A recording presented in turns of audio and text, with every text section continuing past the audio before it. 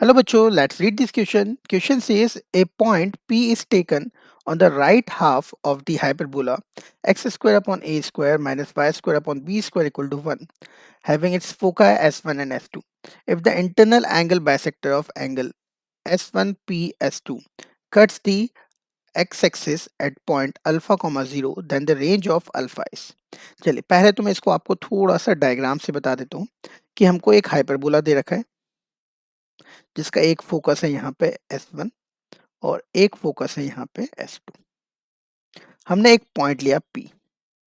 अब ये जो P पॉइंट है, इस P पॉइंट से हमने टेंजेंट इस P पॉइंट पे हमने ऐसे ज्वाइन किया S1 से और S2 से।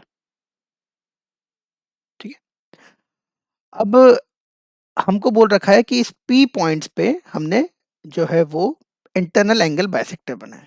इंटरनल एंगल बाइसेक्टर, तो इंटरनल एंगल मतलब ये पूरा एंगल है, तो ये एक बाइसेक्टर बनाया है जो इनको थीटा और थीटा में डिवाइड करेगा। अब हमको ये बोला गया है कि ये बाइसेक्टर एक्स एक्सिस को अल्फा कॉमा 0 पर कट करता है, तो अल्फा की वैल्यू क्या होगी। तो ये पूरा क्वेश्चन थ्योरेटिकल है। सबसे पहले तो अगर ये इंटरनल बाइसेक्टर है तो ये लाइन इसकी टेंजेंट हो, ये प्रॉपर्टी होती है। क्या प्रॉपर्टी होती है मैं फिर से बता देता हूँ कि टेंजेंट क्या होती है कि अगर कोई भी हम पॉइंट P लेते हैं, S1 S2 से ज्वाइन करते हैं, तो इनका जो इंटरनल बाइसेक्टर होता है वो टेंजेंट होता है, सबसे पहली बात।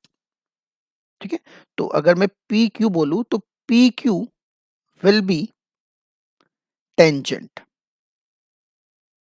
Eight P point. ठीक है, अब बात आती है कि टेंजेंट के लिए हम लोगों ने देखा है कि अगर हम कोई भी पॉइंट एक्स एक्सिस के आगे लेंगे,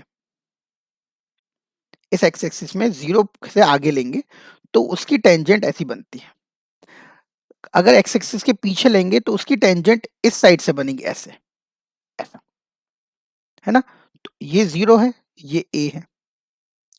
तो अगर हम ओरिजिन से पॉइंट को आगे लेंगे तो उसकी टेंजेंट राइट हाफ पे बनेगी, और ओरिजिन से पीछे पॉइंट लेंगे तो उसकी टेंजेंट लेफ्ट वाले हाफ हाइपरबोला पे बनेगी।